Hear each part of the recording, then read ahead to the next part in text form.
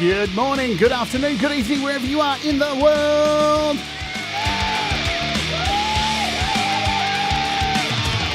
My name is Jade, and this is The Interview.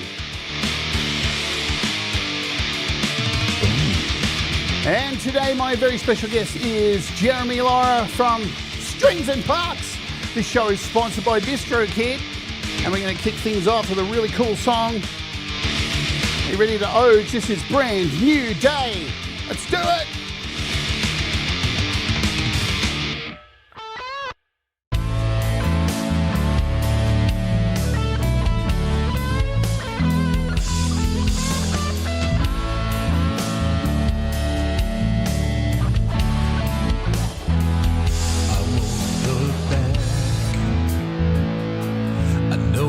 Waiting there for me. Today is a gift, and yesterday's history. I'm on my way, and I'm rising up again. Today is brighter than it's ever been. You've been waiting for me, and I know that we will see a brand new day across the bend. I don't know where I would be if I didn't have you standing next to me. Through thick and thin, it's a brand new day.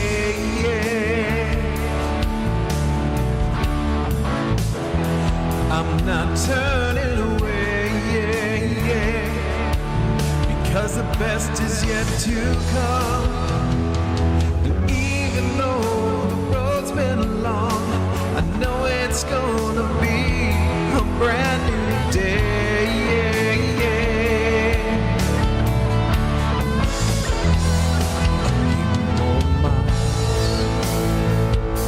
A few more bumps along the way.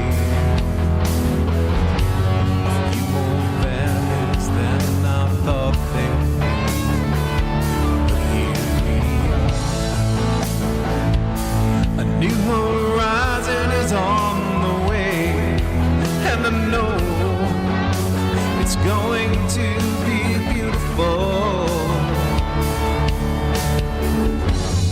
You've been waiting for me, and I know that we will see a brand new day across the bend. I don't know where I would be if I didn't have you standing next to me. Through thick and thin, it's a brand new day.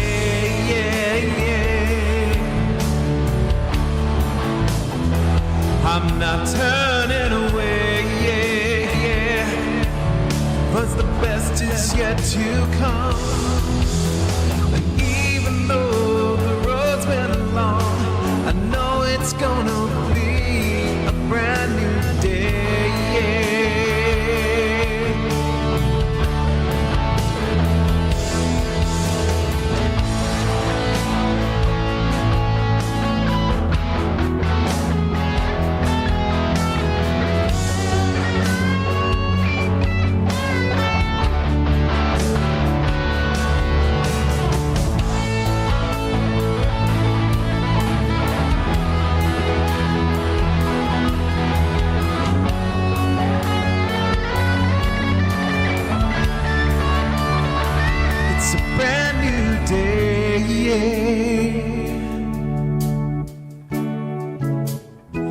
I'm not turning away, because the best is yet to come. And even though the road's been long, I know it's gonna be. Even though the winds are strong, I know it's gonna be. Even though the road's been long, I know it's gonna be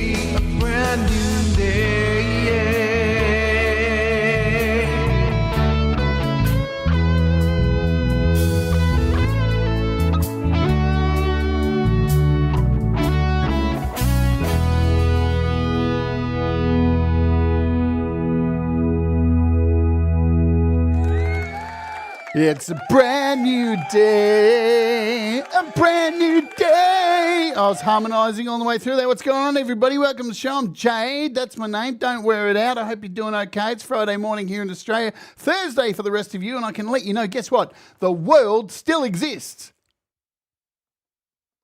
We haven't blown up yet. Yay, happy days. Alrighty, so obviously we have our good friend on the show, Jeremy, Strings and Pucks, and we're going to get down to it very soon, but I've got to let you know something very important before we get down to it, because this show is, of course, sponsored by our good friends at DistroKid. DistroKid will allow you to release your best music at any time you want from any kind of device that you want, be it a computer, be it an iPhone or an Android, or just a web browser. You can do it from anywhere in the world. It's super cheap to sign up. It's $24.99 annually. If you use my code that's up the top there, see it? distrokid.com/VIP/JadeStar. You'll get 7% off your first year. You get to release unlimited songs, unlimited lyrics, Spotify checkmarks, have royalty splits with multiple artists, access to so many promotional tools, it's ridiculous. And as I said, mobile access as well for Android and on your iPhone. 2 other plans, including the Musicians Plus, where you get 2 artists.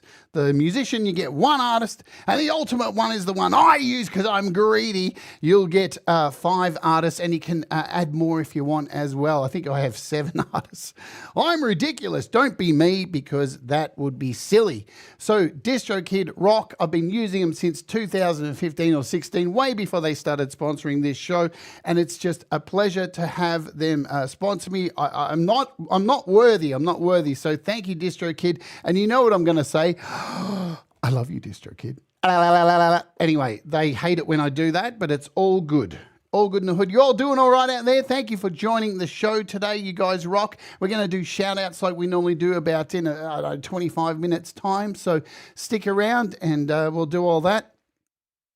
Time to bring on my guest, right? Because I came across I think I came across him on Valerie Bart. I was hanging out at the ridiculous time she goes live for me at 3 a.m. in the morning.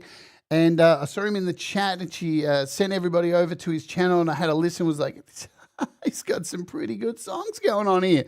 He's a pretty good vocalist, a pretty good musician. And here we are right now. He's on the show. Saw him on Frank. And Frank did his usual interview where you get to spend 3 minutes with the guest in amongst a million links in the chat. Love you, Frank and JJ. Just joking. All jokes, right? But let's bring him on. His name is Jeremy Laura. He is Strings and Pucks, and he's bloody awesome. You're going to love him as well too. So let's do it right now. Yay! Be a round of applause. Yay, as Polvot would say. Hello, welcome to the show, Jeremy. Hi, Jade. Thank you for coming on the show. I know it's pretty late notice, actually, so thank you for doing so. Well, thank you. Yeah. Well, we had a good couple days to get it figured out. We got it. I'm shocking. I'm always so behind, right? There's just so much going on, right? Being a YouTuber at the moment, you've got to, you don't have time to think. No, you don't. Or the algorithm just swallows you up and you're doomed. Let's talk about this. What is the meaning behind Strings and Pucks? Let's get to the bottom of it before anything else. Go for it.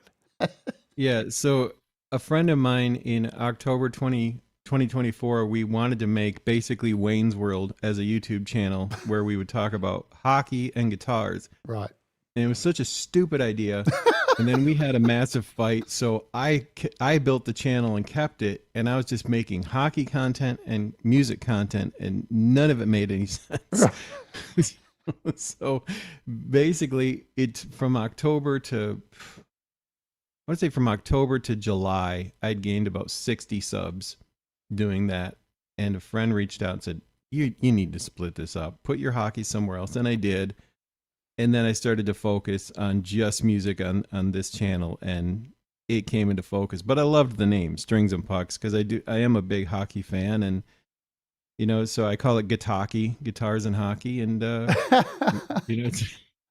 it's just a weird nerdy niche. Well, I think it works. There's a lot of hockey fans in this community as well, right? I realized that only just recently. I'm like, wow, a lot of people really love. I just like seeing them punch each other, to be honest. I don't really follow the game. I watch rugby in the off season, so yeah. Mate, that's a sport, let me tell you. I don't. Is it a sport or is it just people just wanting to take each other's heads off? Well, and when you can get a 400-pound man to run that fast now, it terrifies me to watch these games. They're getting bigger and faster. It's not even a sport anymore. It's just the running of the bulls with the ball. Yeah, I normally call it British Bulldogs with the ball, but that's more appropriate. All right, so look, I think it's good that it's good that you got to catch the channel at an early time. I'm trying to split my channel at the moment, doing my walk with me, and you know, I was doing that for like 3 years. It's so hard to start a new channel right now in this environment. So I think it's really cool that you've been able to work that out and split up at the right time. Because yeah, YouTube's a really fun world at the moment. Where I think most people will agree, if you've got a music channel out there, it's really hard to get a view these days. I think it's always been that way for music. But speaking of music, here's the $24 million question. Jeremy, what does music actually mean to you? All right, so very introverted from an early age, but when I would join, a church choir or whatever music was available, or if there's a piano in the middle of the room and you're the only one in the room that can play it, you can have a voice and feel some sort of confidence as long as you can hide behind music. And so music was the mask that I would wear to communicate to the outside world, where then I could start to filter myself through that, because I didn't know how to do it just person to person. It's paralysis to try to communicate yourself to anyone. But for some reason behind music, I felt so much stronger. And so I figured if I could become a better musician, I could communicate myself.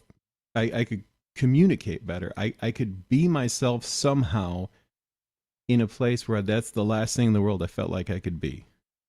And I love that perspective. I think there's a little bit of that in everybody, even an extrovert. And has it helped over the years? Has it done that for you? Yeah. The problem is, the first time you get a compliment, it's almost like a death wish. Like when somebody compliments you, you just chase that forever. Yeah. So you stop thinking about being honest for stretches at a time, and you start worrying about being popular, the very thing you were trying to avoid in the first place. So I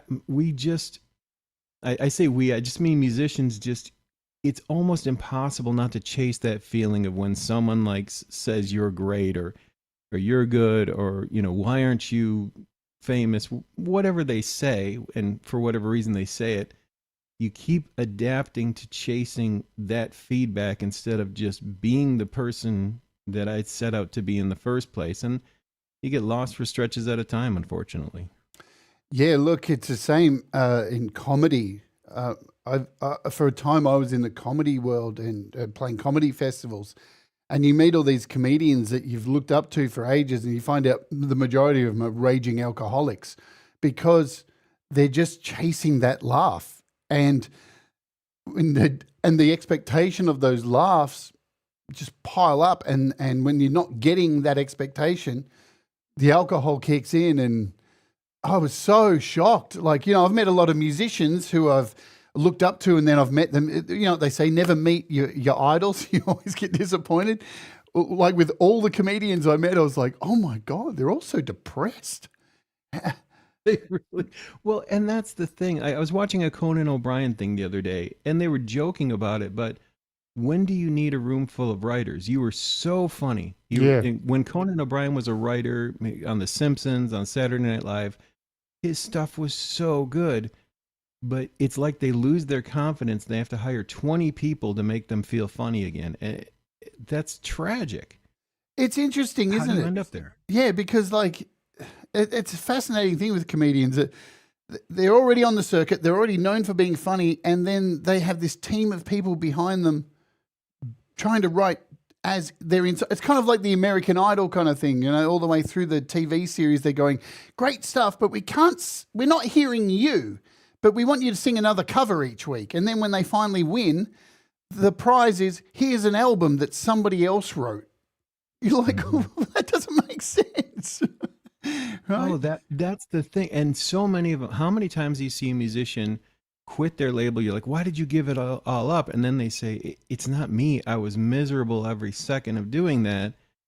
And now I start to get it. Though never been on that level, now I get it. They didn't want the person. The music industry wants to fill gaps. The machine says, here's what we currently need. We have Taylor Swift here. We have whoever the hell else they care about over here. Pardon me. We need someone to fill in this gap, and we think we can turn you into that. Exactly. They have no interest in an individual. So groundswell music, someone who genuinely creates something they can't ignore.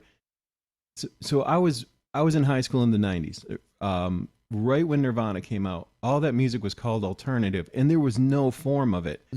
You would hear something ballad-like and beautiful, and then you'd hear screaming, crazy rock. And the second they could get a hold of it and formulate it, they called it grunge. They took it from alternative to grunge, and then you started to see the fake artists pop up. Their plants, their people. Okay, here's the formula. Go out and do it.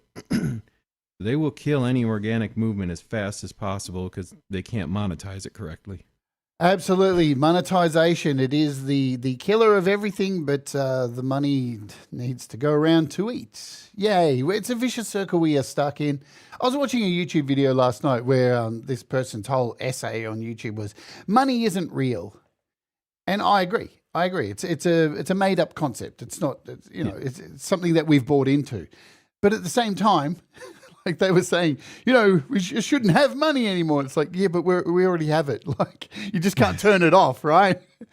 Well, isn't there a song that says, I hear you tell me money's not everything, but I'd like to see you live without it? There's like a song where that's the literal lyric, and it's like, yeah, that's the point. You're right. It's not everything.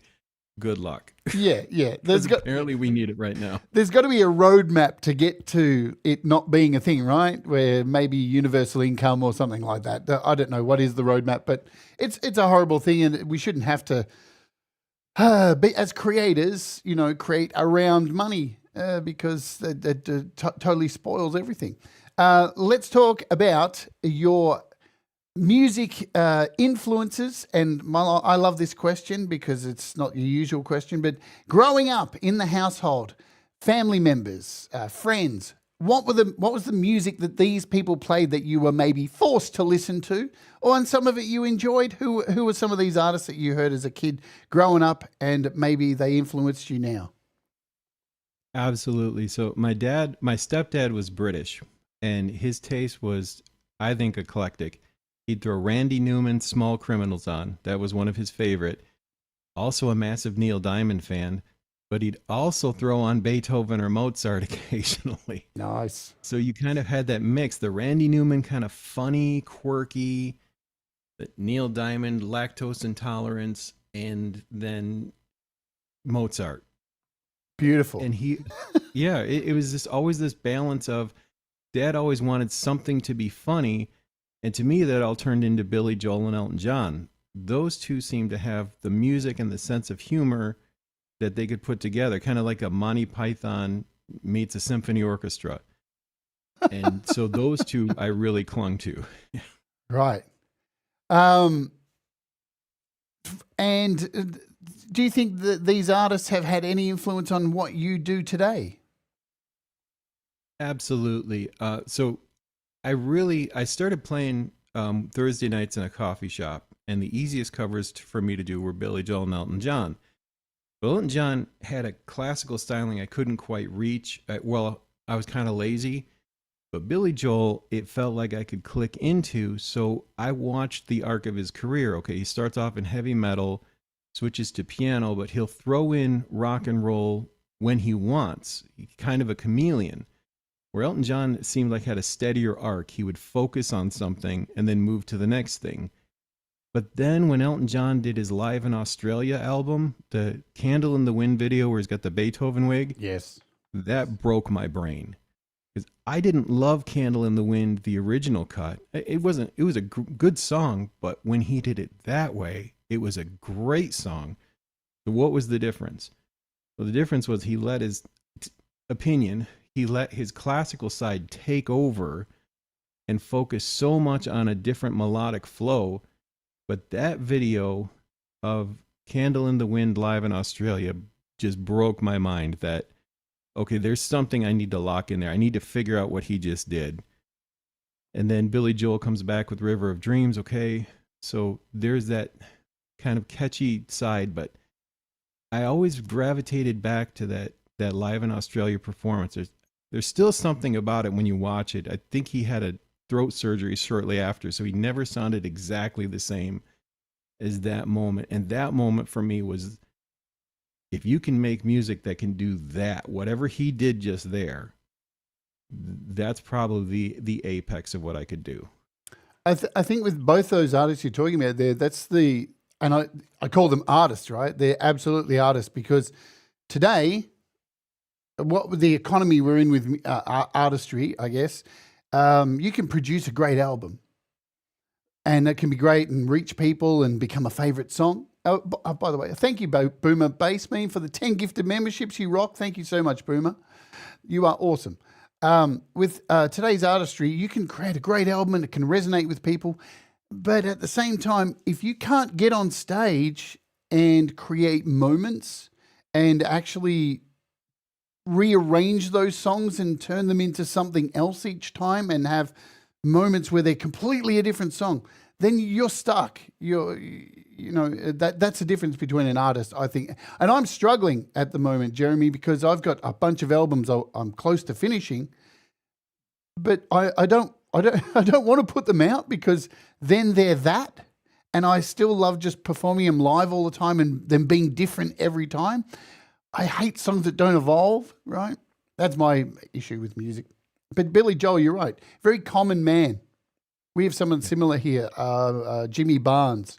Not exactly the same, but a common man to the masses, right, that people can identify with. Where Elton John, not everybody's going to dress like Elton John. No, and Elton could do it, though. He could wear a Yes. Beethoven wig, then he could go out as Donald Duck. That one threw him. What is happening? He could mess with you, but still then, even though he's in a duck costume, how do you sit at a piano in that? He can still then tear down the stadium with Crocodile Rock Absolutely. as a duck. Yeah, absolutely. He's an artist, right? That's it. He's an absolute artist.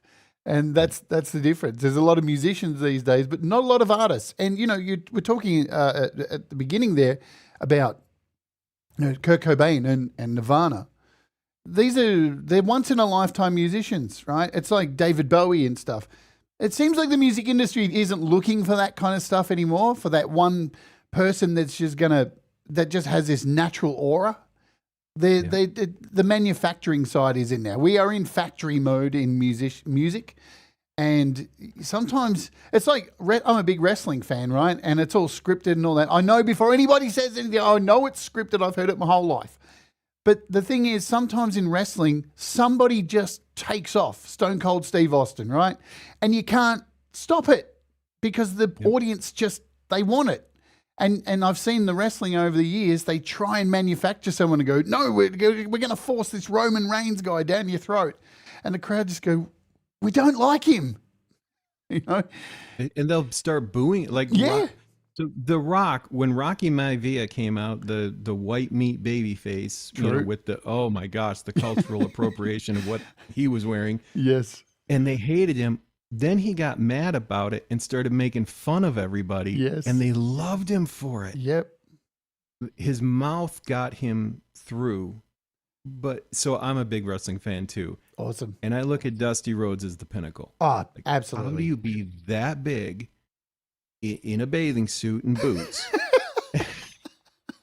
And your move is an elbow where you do a disco move, but you could sell it in every state and every territory for 2 decades. Absolutely. And people, the second you did this, people are out of their chairs cheering on the big man in the briefs. Yeah, unbelievable. They believed he was a working class man, and that was the sell, wasn't it? Wrestling and even music, like even gigs, like it's a working class thing to go to a show. This is why I think the music industry, getting back there, I bought tickets to see Faith No More and Sode, which are coming out here in January. $450. Oh God. Like, music's becoming so out of reach. It's ridiculous. When I was, It is. Yeah. Well, and there's a channel called Wings of Pegasus, and I tried to ignore him as long as possible. But he did a couple of Eagles things, which the Eagles were one of my favorite bands. That's the band that made me want to play guitar. And they're lip syncing, and people are paying $1,000 to watch them lip sync, and that broke my heart. Yeah. And that's going to what the artists now. So Billy Corgan, a totally divisive figure, but he said something smart once. Someone asked him, "Is it as fun now as when you started?" He goes, "Oh no, gosh, no, this is awful." He says, "I'm basically my own cover band now, and if I don't play the guitar solo the exact same way night after night after night, all I get are complaints." Yeah. And so the Elton John thing, someone to go on and change. Amy Winehouse, tragically gone, tried to legitimately do a song differently every single time, right? Yep. Almost impossible to do. But credit her, no one's going to try that right now. Not in my opinion. No. That's kind of gone. Everyone's safe. And, look, Billy Corgan, I'm talking about Billy, he was so jaded with the music, he went and bought a wrestling company. Back to wrestling, he did. To go up against WWE, that's crazy.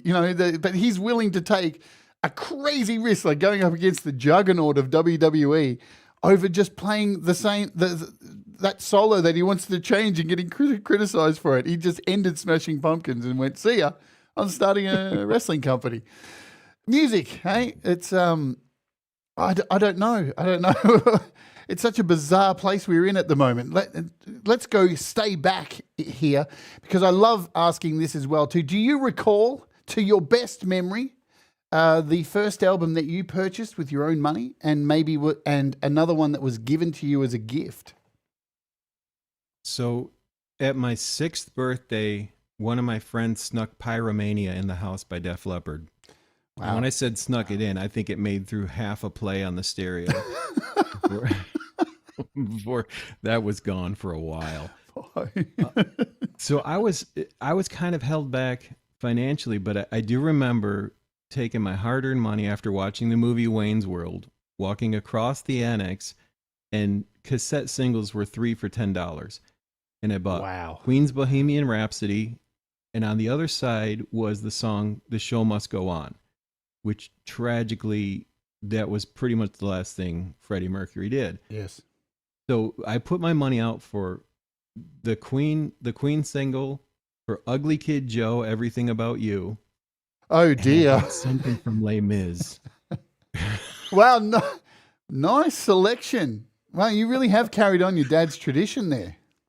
It was pretty bad.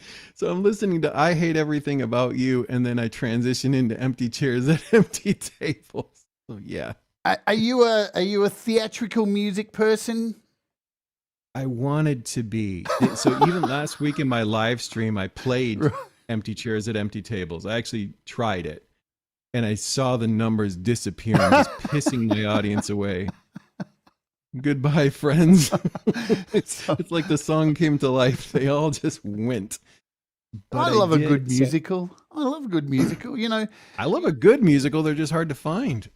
Yeah, I've always been drawn to the alternative ones. I think Hedwig and like Rocky Horror Show, those, because I think the thing people struggle with musicals is like, how can you go from a conversation to all of a sudden everybody breaks into a song? It's always weird. It defies logic. It does. Easily. It does, and we like to, we can deal with superhero films. Man Can Fly, okay. But, Grease 2, they're at a bowling alley and then everybody's singing and let's bowl. And it's like, I'm lost. Why has this never happened? Grease 2 should probably not have happened. Grease 1 was nearly perfect. Grease 2 maybe shouldn't have happened. I love Grease 2. Oh, I got so confused. I'm like, who's Michelle Pfeiffer? Like as a kid, I'm like, where's John Travolta? Where'd everybody go? Where's there a guy on a motorcycle wearing goggles? What is happening? The songs are so cheesy, and I think that's why I like it more than the other one. But, that's what happens, right? Because Grease was never really meant... They didn't think it was going to be what it was. I don't think they could afford Libby and John Travolta to do another film. No. They became those huge. two. Oh, my gosh. You think about... You look at how young everyone looked, and I mean, they were still 21-year-old high schoolers, but it was such a pivotal moment and one of those special times where you get someone in, they do the pure art before they become massive, and maybe you never get that performance out of them again the same way. It was pretty great. Yeah, pretty cool. And Pookie says, it's not true. Nobody left. Don't lie. Oh, stop, Pookie. I watched it. It was like watching my cholesterol numbers, but the other way. Gary would have left. Gary hates musicals. Look at him. Get your musical off my lawn. We all know that. Gary's not doesn't hide it at all. Let's play another song. I'm going to pick one at random here, and I'm going to pick "You Need Me." Tell us about the song. All right, so I got injured in 2016, and long story short, I became a drug addict through legal pharmaceuticals. And when lockdowns happened, the supply chain broke, and medicine that I was desperately addicted to that I used to help with the pain just didn't show up. That was the first time in my life I went through real drug withdrawals, really understanding what opioid addiction is actually like. And I was sitting, I'm looking at the chair I was sitting in. I would rather die than feel like this. Mm-hmm. Just saying that out loud. And a deer literally walked in front of me, just in my eyesight. And I thought of the 23rd Psalm, and I was so conflicted because I was so critical of my brother who's struggled with heroin his whole life. I've always been so critical of that addiction, but I didn't understand what you would do to stop the feeling of what your body was going through. I had no idea. So this song is basically the prayer and the story I put together in that moment. I pretty much wrote all the lyrics out at once. So it's a very honest and very raw. There's a spoken intro you can skip through. It's just the story I just told you now. But I was going through opioid withdrawals, and I didn't want to live anymore. It just hurt too bad. I don't really need to say anything more. There was a deer just standing on the lawn. I wasn't ready for the beauty that I saw. When I was asking you if I should live or I should die, when I finally heard you answer, tears were filling up my eyes, and you said, can you cry for me like you're crying for a pill? Can you want me more than money for the bills?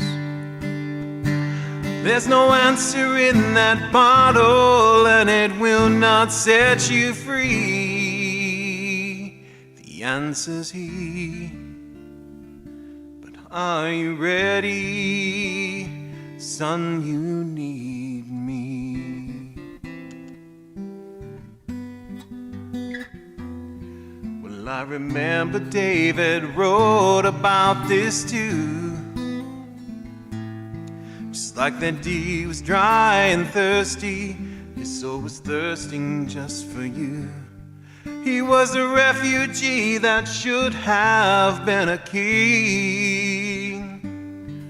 But no kingdom on this earth could give what only you can bring. And you ask me, can you cry for me like you're crying for a pill? Can you want me more than money for the bills? There's no answer in that bottle, and it will not set you free.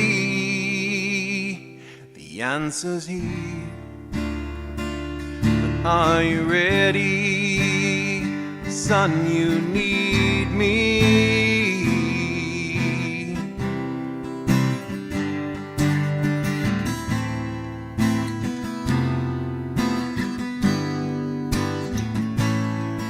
Can you cry for me like you're crying for a pea? Can you want me more than money for the bills?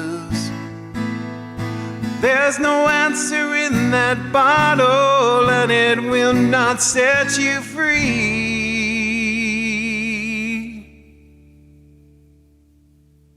The answer's he.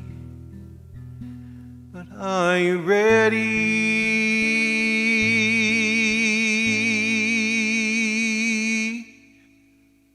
Son, you need me.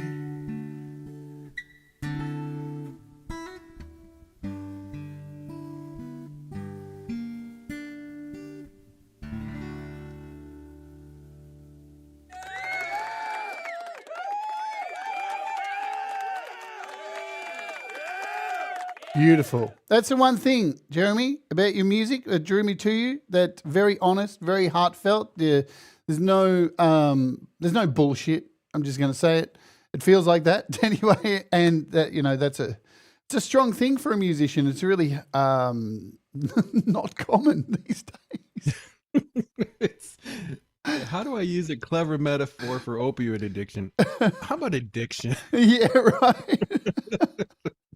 No, and as somebody said, LGI said, I'm really glad you're still here. We talked about addiction before the show here today too, and at some point, even if you've not been addicted to something, you know somebody who has, and it's a strong thing, and it's a hard thing to kick. And I think we all have addictive personalities, no matter what, and we all have our poisons, and some more poisonous than others. We'll get back into this. Let's say hello to everybody here because there's a nice number of people here and I want to do some shout outs. So folks, you know the deal. Type something so I don't have to scroll up too high to find you all. LGI Live, we've got Tremor Bear, we've got Gary Hubbs, we've got Boomer Bass Meme, we've got Denise Lance, Pausing Guitars, Pookian, Louis Cook, Robbie Stingle's in the house. Good to see you, Robbie. Barry, Javelle, Blazing Stars, Joseph is in the house. We've also got, let me find Forrester the Wolf. I saw Pete Johns at the top. I'm remembering that because he was way up high. 2 Yards is in the house with us also. Barry. I think I already said Barry. Maybe I did. I saw Brad at the top as well, going off memory here. Who else do we got? That's the top of my list. So I think I've got most people. If I've missed you, type something. There we go. Something. I always get it. You somethings. I do it on purpose. I love something. We all love something at some time, somewhere or another. That's a song title right there. Look, that was a beautiful song. And is that out? Have you recorded that? So we you talked a little bit about this. Yes, I did. But you don't, now that I listen to it, I paid someone to put a violin line on that. Like I sent this over to a musician called Matt Steady over in the UK. And I put it all together while I was creating this album. And then all of a sudden you're like, I don't think this sounds like me anymore. Right. So I'm in my own head about it. I've got a fully produced version of it that I feel like I want to redo because so when I was recording things, I got so out of shape when I got on disability. I lost all my core muscles. I can hear my vocals. I wasn't happy with what I did at the time. I was being lazy in the wrong ways. This is the right way, but it's like maybe if I could recreate. But once you touch a song that's been there for a couple of years, it's never right. I need to leave it alone and just make the decision. Either I'm going to release it or not. Right. Also, I missed Sunshine Archer and Pole Vault. I missed both of them too. So if I don't say. But Acha! All right. Yeah, look, it's a tough one with recording songs, like you say. It's at least it's a lot easier, I think, for many artists. And Leela, hello, Leela. With your own home studio, at least you can take a bit more time when you're paying for it, right? You're under the pressure of you've got to get it right. You may not be feeling well that day. Look, I remember growing up in the industry and doing albums and then getting the flu halfway through a 3-week recording thing and like, yay, there's 20 grand we just dumped and I'm sick and I can't sing. What are we going to do? You know? It's a very real pressure, and the pressure gets to you. Like you lose your voice when you never lost your voice before. That psychosomatic element. So I recorded most of that on an iPad, and this is the great thing about the tools we have. But the time I did go into a studio, I let them use shortcuts that I wish I hadn't let them use because you're under so much stress that you don't know if you can get 2 full performances or whatever. Yeah. So I let them throw on the auto tune. I let them do the auto harmonizer, and now I feel detached from what they came out with because it doesn't feel like me anymore. Right? I don't know. Yeah. It's a hard thing, you know. You've got to trust an engineer, and they've got to understand you. I always think, for my experience, if you are going to go in a studio, folks, go and pay the person at least $100 just to go hang out with them and tell them your vision before you actually go in and dump the money, and play them your stuff and then have a back and forth. So they at least, and you get a vibe of it's $100, or, you know, they'll normally do it for that. And then, you know, you can decide if they're right for you. Cause if they're not vibing, oh God, you know, and especially a song like that we just played, really heartfelt songs are really hard to put down on the tape because, you know, some days you wake up and you just like, I really wish I could stay in bed today. And some days you just are nailing it. And for that kind of song, when it takes a lot to sing each time that you well up and you're emotional. I have a bunch of those. I do What Makes You Happy and stuff. And I sing and get halfway through, and if I'm not crying, then it's probably a terrible performance, you know, because it's so raw, right? And that's, I think, with a lot of your songs, I think is what draws people to your music. Is very raw and coming from a place of. Well, that was a conscious decision a long time ago, and it's one I've wrestled with ever since. When I looked back at Billy Joel and Elton John, there are 2 paths there. Billy Joel at least gives the pretense of this is who I am, you know, warts and all. Elton John is so polished, and, you know, he's got style and he's got flash, but you can see that he can become that artist right before. He's not Reginald Dwight the second he steps out of that dressing room. He's Elton Hercules John. Yep. But Billy Joel feels like he's going to be that same person any time of the day. Right. And I was like, okay, I kind of want to be that because I don't want someone to meet me and go, where's the person that was in that song I just heard? So I decided to be painfully honest in the way I present myself. And unfortunately, I'm about as exciting as flour. I told someone once if I was a seasoning, I'd be flour. I don't know, man. Flour's pretty important. It's pretty important, but there's a lot of gluten intolerance. It should be almond flour at the very least. I've never heard that before. Oh, God. Oh, this is not going to go well. No, it's brilliant. I want to use that. I'm stealing it. Yeah, Please Barry says flour is underrated. It's Thank you, Barry. God, that means so much. I'm going to get a Pillsbury shirt or that gold flower symbol. Perfect. Let's talk about early days. We're still in the early period. So school and finding your way as a musician. I love this question. I love always these first 4 questions. Did you have a school, primary school and high school where music was a part of your curriculum? Did they force you to learn the recorder? And 4th grade recorder. Yeah. It's very rare that somebody hasn't had to stick a recorder in their mouth at some time in primary school. Oh, that it came tastes like out the so alcohol wrong. wipe. They just cleaned it. Well, thank God they gave it a good wipe before they handed it to you. Really, they had alcohol wipes when I don't remember that. I think they just passed the next kid straight to me back then. Damn. Yeah. And the last kid has mouth sores. We don't know why. Look, that was probably a thing these days. You wouldn't get away with that, would you? Like, no. Not even close. No. They probably don't have drinking fountains anymore. No. I can't imagine. So, was music lessons? Did you take them? Was it a part of your school? Yeah. Eternally grateful. My mom forced us into piano lessons. I was about first grade. Now, we moved schools when I was in third grade. And the school we moved to, this little town called Milan, Michigan, and my graduating class was about 102 people, so very, very small, had one of the best music programs I've ever seen.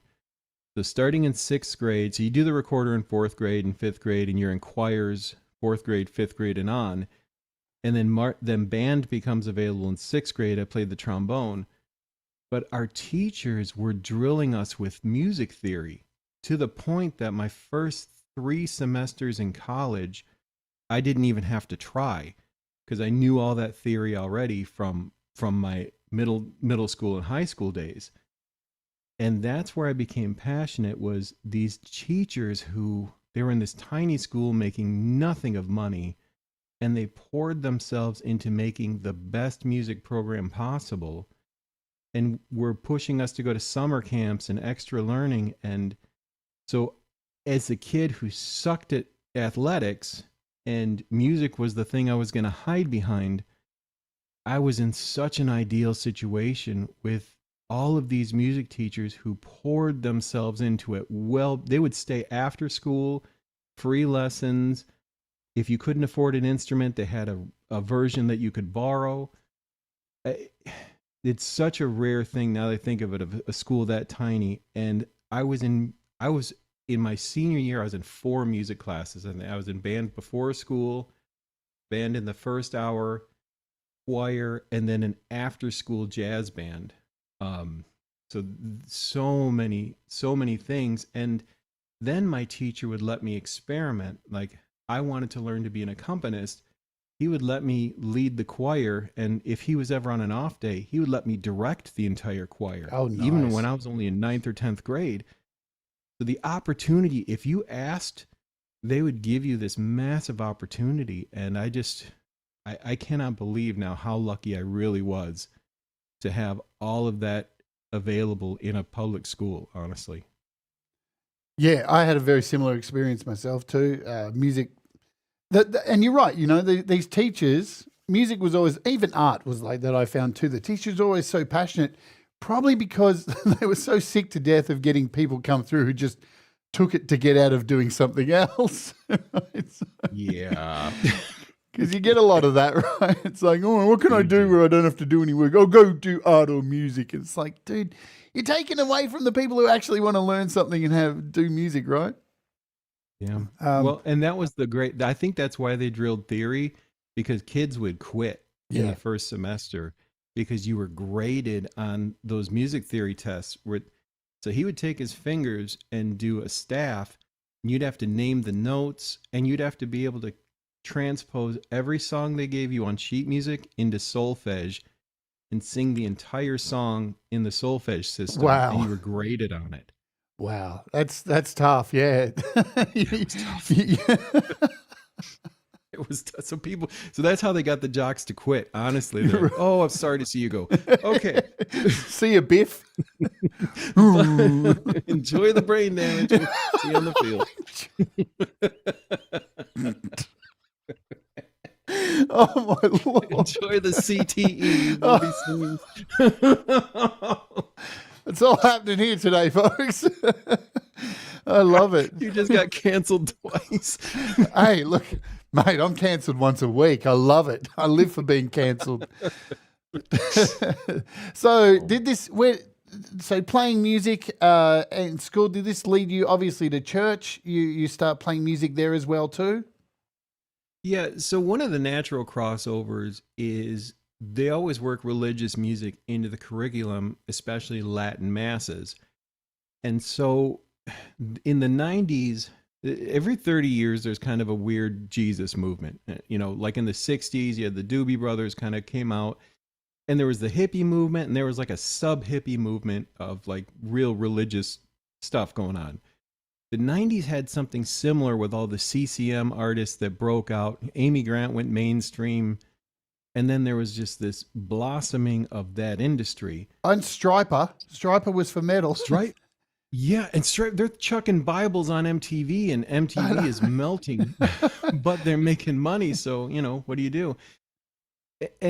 But the other thing was, church was the one place you could always go that they always wanted musicians. So it kind of was a self-fulfilling thing. Like, okay, you want a place to go to do music outside of school, you can go and be in the church choir, but now the church choir is a church band. They've got drums, they've got guitars. And so the two just intersected, and we were kind of at that point of like crisis. I'd kind of joked, my parents were both married 4 times, but the divorce that was the most painful was my mom and my stepdad. And that happened right around 14 years old. So I'm very lost. But in the church youth groups, there were so many legitimately good, like guys who would take you under their wing saying, hey, come hang out with my family. Things are a little rough at home, whatever. If you need to get away, blow off steam. So that's when faith and music kind of intersected. But it was that perfect storm because church music wasn't just church music at that point. You could actually see someone that sounded like an actual musician who knew what they were doing that music. And so it was just, again, I feel like it was the perfect storm for me because of what the music industry had inadvertently done. Oh, look, I've interviewed over 230 people on this channel, and the common thread through, even if people don't follow their faith these days, the common thread is most people, at least 90%, I would say, have gone through some kind of church music when they were young, because that was the other place. I guess more so in America, right? Here, it wasn't until Hillsong came along here in Australia where really... massive. Yeah, and they were massive. But you would go to a local church here. Not that I did many times, but I never saw any music in any churches here from the times that I'd been in them. But Hillsong was the change here. But yeah, music, it seems like in the US, has intersected heavily there. And one of my friends, she's in Minneapolis. She's a drummer. She's a transgender drummer who plays in like about 50 bands. Like, she's the best drummer in Minneapolis. She's like 63 years old. She plays in 3 church bands still. And because they're so desperate to get a good drummer, even the churches are getting her in. And, she's a very out there trans woman, very big breasts and wears very short skirts, and they just tolerate it just because she's so good. They're like, yeah, you can have your boobs out. Oh my gosh. So I was part of the leadership. I worked in a church for 15 years. And when you realize that the conference is running a corporation and they're worried about numbers, yeah, they just focus on what's going to bring people in, and what they really mean is what's going to bring money in. Yeah. And so music is the pathway to money for a lot of churches now. And I did get a little kind of fatigued by the system when it became all about money. And I remember Jen and I kind of being wide-eyed because we were this idealist of, everyone's here, because of faith or wanting to be in this community and wanting to do the right thing. And then you meet your leaders saying, okay, you need to make more money. And it's like, oh, God. Money. All right, well, thanks for setting me straight. I appreciate it. What about first band name? Jeremy? Oh. Come on. I'll tell you mine if you tell me yours. Okay, so it was a Christian band because I just went by my name and we thought we were really cool. It was called, it's called Coming Out of the Pews. So bad. Oh gosh, it was bad. Man, that could be taken so many ways. Oh, well, now it's probably in multiple court cases. But it's like 60 Minutes this week, Christian band gone horribly wrong. Yep. Yeah, it was bad. And we didn't even think about how stupid it sounded. You don't, right? My first band was called don't. At Random. And people would I go, dig it. why at random? It's like, I don't know.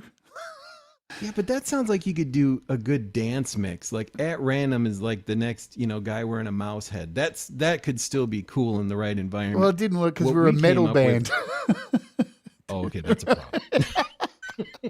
It didn't work, man. It didn't Try harder, mate.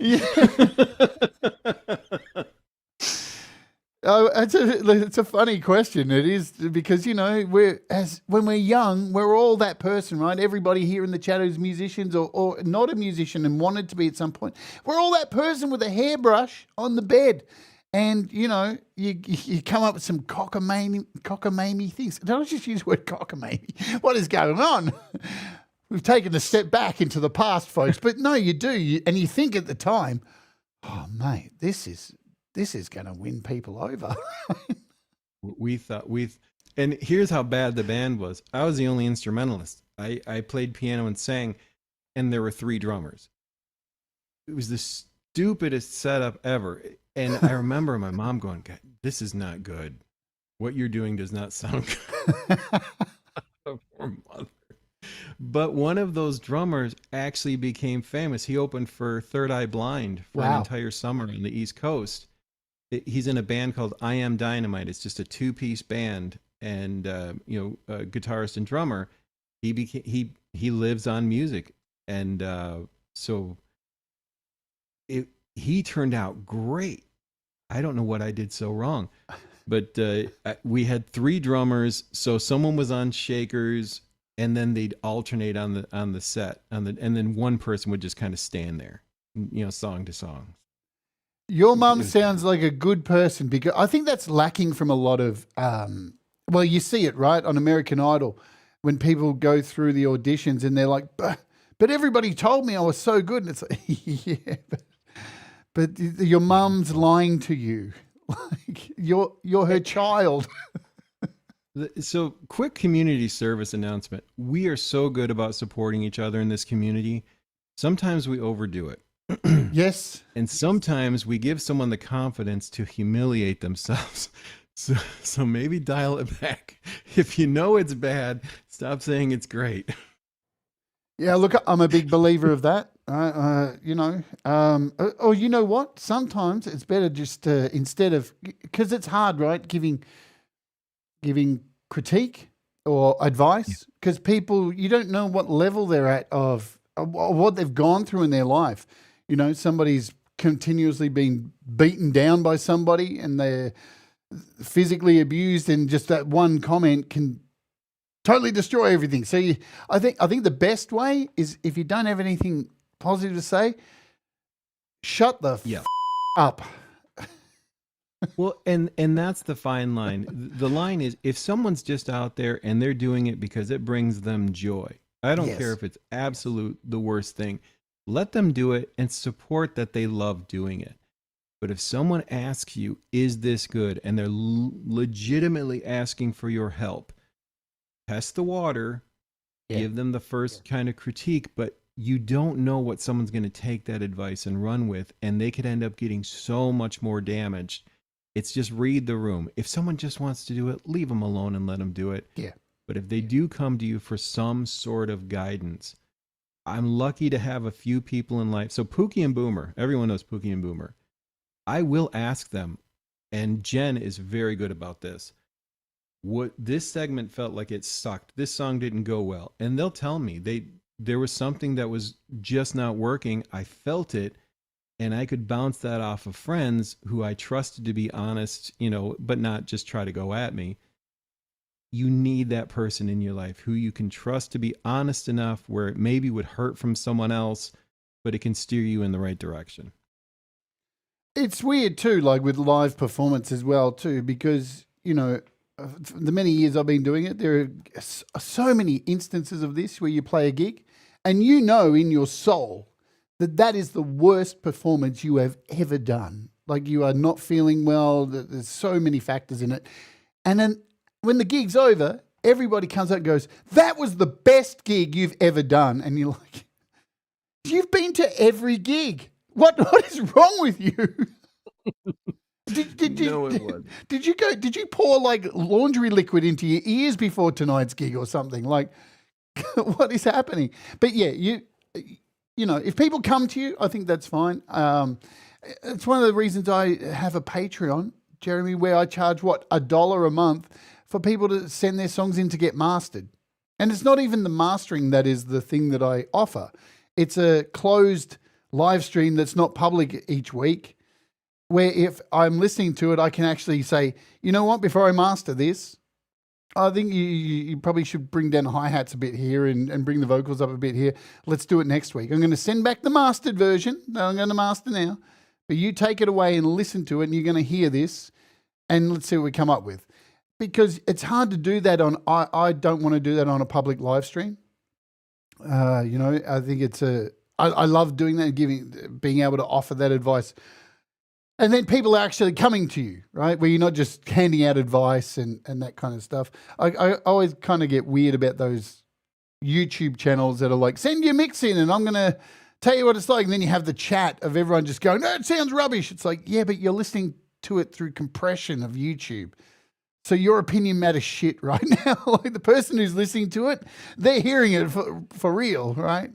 So yeah, it's and the a tough opposite one. end of what we're talking about, and I've started to see this, is people who will jump in a chat and start critiquing unsolicited advice. And that to me is, you're a guest in a stream. Like I'm a guest at your house right now, is my opinion. When I'm on your stream, I'm a guest here. So I'm gonna be on some sort of best behavior. But if you get in the stream and just start picking someone apart, or I've seen it on a panel where it gets awkwardly quiet. Yep. So yeah. Wait, let someone ask, because they will. Like, and you know who wants that feedback, but there is a courtesy level, especially when you're live like that. Because if someone feels like they're embarrassed, that's a tough thing to see, for sure. I live by this one motto, and it just is this: don't be an hole. Thank you. It's really simple. Like it's either one or the other. You either are an hole or you're not. Right? And like it's a very simple rule to live by, because you choose one. No matter what happens at the end, you're going to be judged by it. Whatever.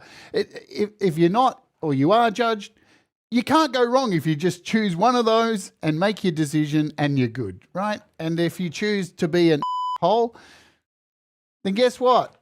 Everybody's going to think you're one. So it's... You can do a lot of damage. Yeah. People, yeah.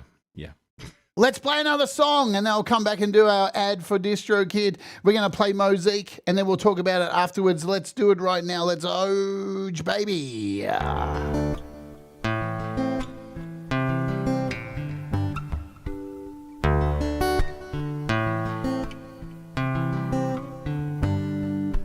Take these broken pieces, Lord, and make a work of art. I still don't know the reason for this broken heart.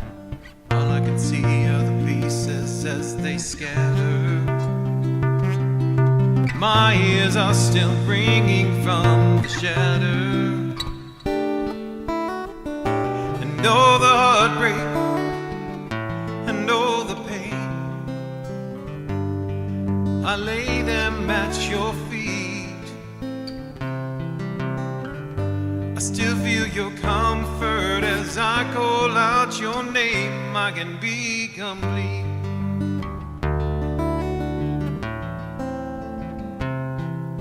I give you my heart, Lord, please make it part of your mosaic.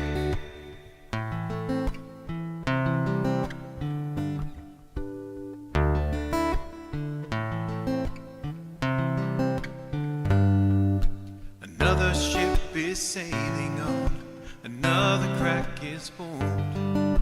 I know by now that I can't blame the compass for the storm, but I can't see the sunlight for the sorrow. Lord, please help me find calm seas tomorrow. And all the heartbreak and all the pain, I lay them at your feet. I still feel your comfort as I call out your name. I can be complete.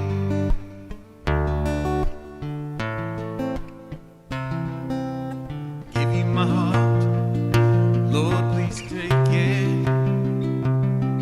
I give you my heart, Lord, will you please take it? Give you my heart, Lord, please make it part of your mosaic.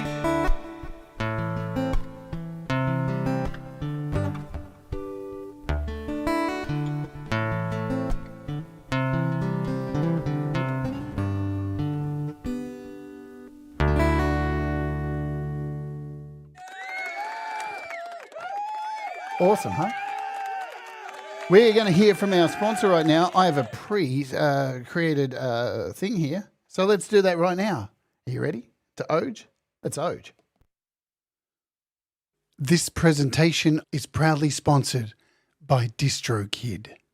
Introducing DistroKid, your ultimate music distribution solution. For just $29.99 a year, DistroKid empowers you to release unlimited tracks on all major music platforms worldwide, including Spotify, Apple Music, TikTok, and so many more. Plus, use my link distrokid.com/VIP/JadeStarr and get 7% off your first year. You'll also keep 100% of your royalties and gain access to valuable tools like instant verification on Spotify and detailed revenue analytics. Don't let your music go unheard. Join DistroKid today and take your music career to the next level. Thank you, DistroKid, for sponsoring today's presentation. Yes, indeed. Thank you very much, DistroKid. There's that link up there. Link in the description as well. And as always, I love you, DistroKid. Just me and you together. All right. Creepy. As always. Beautiful song, Jeremy. Thank you. Let's talk. Let's get down and dirty now, because you've had some stuff go down in your life. And I think this is one of the things that I identify with your music, because when I found your channel, I heard you talking about this stuff. And I think most people will identify this. This comes back to raw honesty. And, you've had some injuries. You've had some struggles with physical health, mental health, all this kind of stuff. And tell us, what has happened? Well, I think so. We identify mental health so much differently than we did even 30 years ago. So what I didn't understand, I thought of depression as emotion, right? But it's a processing tool, and I process incorrectly. And so again, I'm very lucky to have married Jen, because if I'm super paranoid and super depressed, it's going off, I can say, okay, I'm pretty sure there are 18 people in the driveway that want to eat my organs. Is that a correct emotion right now? She'll say, no. Okay, I'm pretty sure that's FedEx. But what I've realized, there's a lot of freedom and understanding that you don't always read the situation correctly. And very often I do not. And so I understood that I had struggles with depression. In 2006, I was officially diagnosed by a doctor. And that was the first time I got on any type of medication for it. But in 2016, I was assaulted. I was playing a roller hockey game, and I added a closed head injury and some brain damage to the mix, where now I'm no longer processing correctly mentally or emotionally. And that's a very difficult place to exit from. That is brutal. It's a tailspin. It It is. Like, what kind of recovery time is this? Look, when I was a kid, I clipped somebody's ice skates and our blades clipped, and I fell face first onto the ice, chin first, and I just wasn't the same after that. Like, it rattled my brain. So, like, what kind of what happens in that moment, and then the recovery for that? So I remember what the doctor told me, because even though I was wearing all the hockey equipment, someone was kneeling on my chest, punching the helmet, which you would think is fine. I mean, not fine,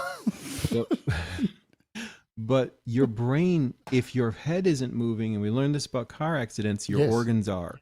Yep. So the brain was touching the front and back of the skull. When your brain gets a bruise on it, that bruise does not heal. Your brain is not made to heal itself. So you're pretty much forever altered. It can get better. Your brain can actually create new neural pathways. And that's kind of amazing to me. But it will never get better. So whenever it rains, I hear this cracking sound in my head, and my ears start ringing again, and the stuttering comes back. I'd stuttered for several years afterwards. So if I'm stressed, or in the wintertime especially, the stuttering comes back, the paranoia comes back. I wear a blindfold all the time. Like, I switched to tinted glasses because I always hear noise now, but I hear it depending on how the light is. So I found out amber lenses can kind of reduce that noise. But now you're fighting two beasts. You're fighting a mental incapacity and a complete emotional incapacity. So what I try to do is ask for help. And again, this is where, like, friends like Pookie and Boomer, who are on an email chain, say, I got the feeling I did this and I'm in the wrong, or I made this person mad, or whatever, or I'll go to Jen. Or sometimes I'll reach right out to a person and say, I got the feeling I made you upset. And they're like, dude, I sneezed. What part of that was your fault? Yeah. Right. But there's a paranoia in it too. So you get in your head. I'm an introvert anyway. So the emotion just cycles and cycles and cycles. And now I find out, I've had to switch pharmaceuticals multiple times because they stop being safe after a while. They stop being effective after a while. And I don't know that I'm going to be able to count on the same thing in a few years. So I better develop processes if the medication isn't enough, because depression is a terminal disease, and usually it's because of a lack of communication. Like, people shut down, they stop communicating, and the depression takes them to where they can never return from. And that's awful to see. Yeah, that's it, right? That's it. So I have a psychology degree, and we used to talk about depression as a ladder. And once you get down the bottom of that ladder, it's really hard to look up, because it's a long way. It's a long way up to climb that ladder. And when you're down there, and when you're down at the bottom of that ladder, every single thing is compounding. And the smallest nuance from somebody is the end of the world, and you take things the wrong way. And look, especially with online too, text chat is the worst invention, because there's no nuance, that you don't understand the what's behind it. And then I get the same thing too. Somebody will say to me, "Did I do something wrong in your chat?" I'm like, "What? No, I'm not." But that's the one thing about depression, is it is a ladder, right? And there's always a rung higher. And there's always a way out of it. And it's not as simple as that, obviously. But, I think sometimes inaction is the only action. What you don't allow yourself to do, or what you refrain from doing with depression, at least in my case, shutting down is the healthier choice at times. Sure. Don't do anything. Don't decide anything in this moment, because it's not going to end well. Just stop. Just stop and assess. Or Jen will say, go distract yourself. Go watch something. Go play something. Stop thinking and trying to make a decision in this moment, because you're going to make a bad one. 100%. Yeah, absolutely.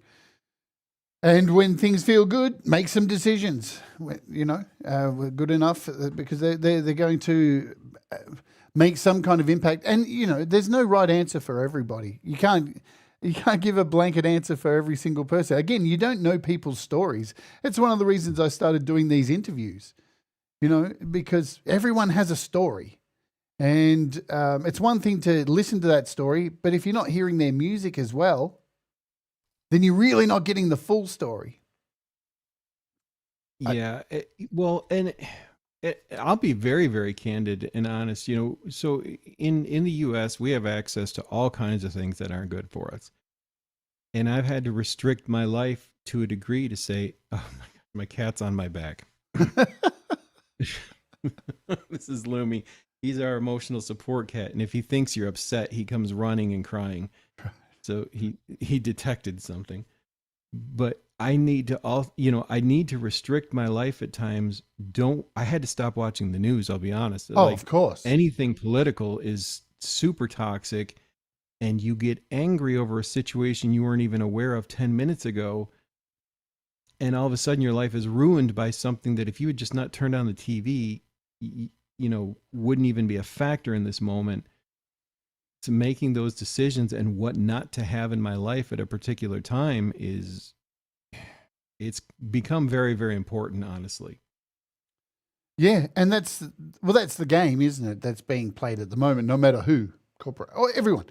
Keep flowing the stem of information and negative information mixed in with some positive stuff, hither tither. Keep you just going, and you've got no time to think straight. And when you turn off the noise, it's even just for an example, Jeremy. I had this computer in my lounge room. I've been using it for the last 4 years. The fan in it is so loud, and I just become accustomed to it. That it's all right. The computer's all right. The fan, I can deal with the fan. Well, it died about a month ago, and I swapped it out for a Mac with no fan. And I walk in my lounge room each morning now and just go, it's quiet in here. I didn't realize how loud that fan was. But even that was probably causing me lots of problems and not allowing me to think straight. So even that amount of noise, just that vibration, that frequency, turn it off. Yeah. Turn it off. Let your mind have a break. That's very sage advice. And and this is kind of self-damaging, but occasionally I think we all benefit from hitting the power button. Just every now and again, shut it all off for a minute and breathe, because you don't realize you're building up this kind of toxic energy. We all support each other. We all go to each other's live streams, but sometimes your mind gets a little overwhelmed and it needs to just detox and process for a minute. Yeah, peace is really good. I've rediscovered peace lately. Quiet rooms. Oh, I've stopped sleeping with YouTube on in the background. I think that's why I'm sleeping better. So you mentioned Jen. For those of you who don't know, this is your partner, and she's obviously a big part of your life. How did you guys meet? So I was playing at that same coffee shop where I started doing gigs. I was in a Christian band with the guy who would become her brother-in-law. And this is an absolute true story. This is in July of 1997. I walked out, my guitarist said, "Oh, my fiance's out there, you know, sitting. She came to watch it, so don't suck tonight." And well, you know how we talk to each other behind, of course, behind the door. Hey, you remember that song you love doing? Please don't do that song to me. So I remembered popping my head out and I go, "Oh my God, that's the most beautiful woman in the world." And I was like, "Oh, you're such a jerk. Oh, that's his fiance." Well, it turned out, no, it was his fiance's sister. Ah. And because then he introduced me, I'm like regretting this introduction because I've already looked and go, "Oh, she's beautiful." God, I'm going to have to push him down the stairs. And good God, Jim. And there were stairs. I know right where they were. We're finding out new things about you today. I'm a pragmatist. But when he introduced me to his fiance, I was so relieved because, not the most, don't say that, but, not the person I had seen. And so that was kind of the moment. And then 2 years later, so that was July 97, August of 1999, we were married, and August 15th is our anniversary. So we're just about to have, what is our 27th anniversary in August. Wow. Congrats. Yeah, that's more than all my mom's marriages combined. She told me the other day, Mom, I don't want to know that fact. Yeah, it seems like but it is really finding someone who, once they know who you really are. I'll say it. Once they know the worst part of you, someone who's still willing to pour their love and support into you is probably the rarest person on the earth. Yeah. If you find one person like that, do everything you can to make sure you don't chase them off, because that is a gift that anyone would deal with your mess once they know what it really looks like. Yeah. I'm looking. Man, it's hard out there at the moment. It's hard. People are so lost. Well, and there's the facade, right? So Jen and I have said this many times. I don't know how someone meets someone in the modern era, because you craft an image, and with AI, they craft a lot more than that. And you get catfished into meeting, Jabba the Hutt. Bo shooter. Chung Wookie. And but it's so difficult, because you realize you don't really know a person until you've been through a really stressful, elongated period of time with them. Yeah. Like that's when you're both really, when life has really squeezed you and you've got no one in the world but each other to look to. That's when you find out the most about each other. And sometimes the results are not pleasant.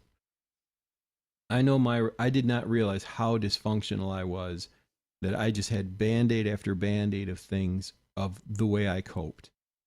And so I'm so eternally grateful that she stuck through, more damage than I can say. And I am a very damaged person, and so grateful.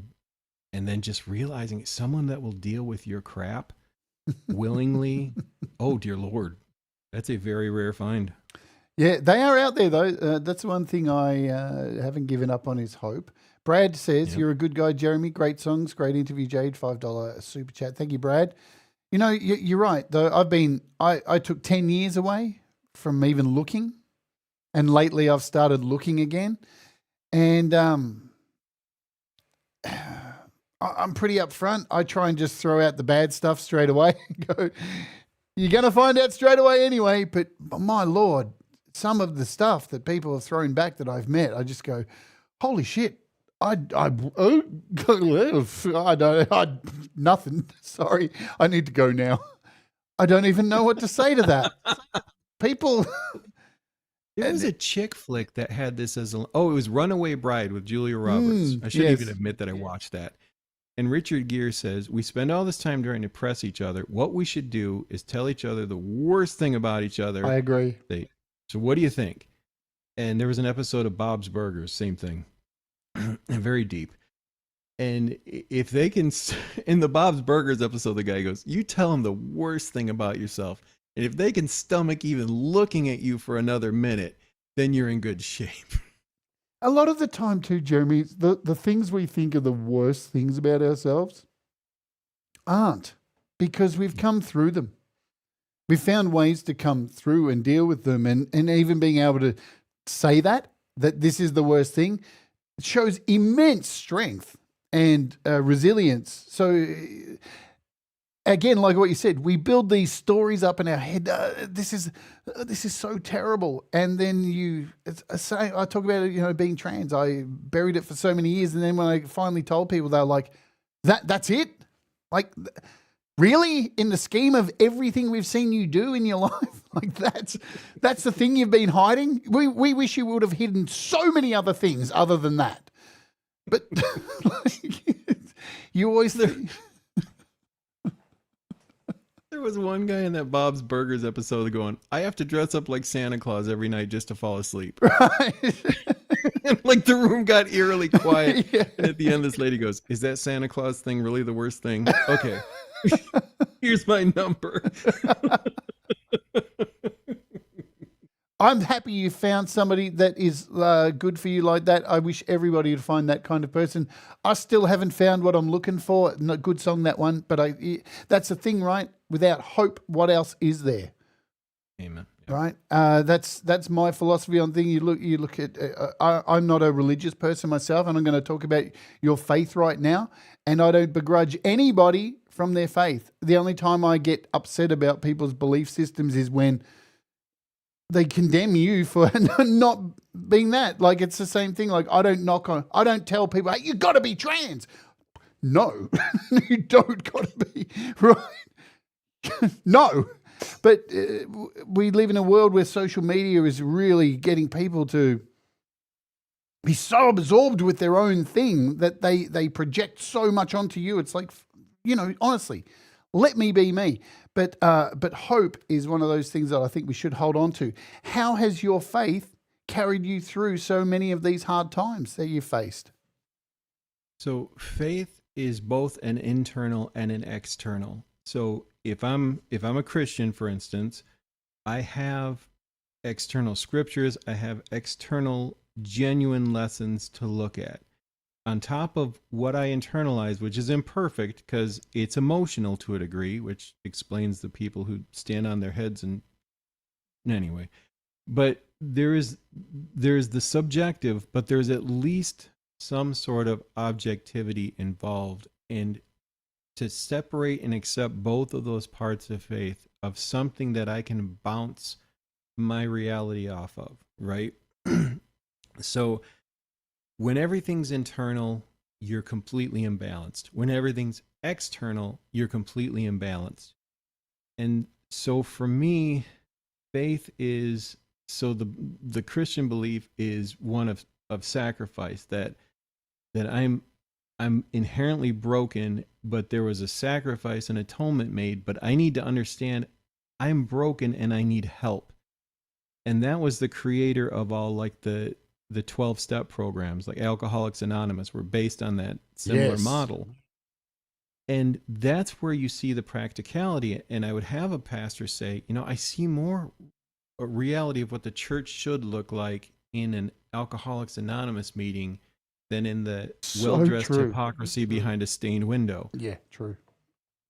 And that's the thing that I have to remember, because sometimes I over-internalize faith and I can over-externalize faith when it's really, I believe, meant to be a combination that I can look to teachings and lessons and examples, but I also have to have some sort of inward application. And there's a line in that song Mosaic, "I know by now that I can't blame the compass for the storm." What I was saying there, that is a little too metaphorical. But I can't blame a compass that points true north if that's the direction I have to go, that there's a storm cloud in the way. I can't blame the compass for that. And what I meant by that is I can't blame God if the destination I have to get through has some pain involved, because that's just the way the world is. That's the mess of it. It's Lord of the Rings going through the mines of Moria to get to the other side. You literally had to go through hell, but that's just what happened to be in the way of that particular obstacle. Avoidance of pain has driven me to some really unpleasant places in life.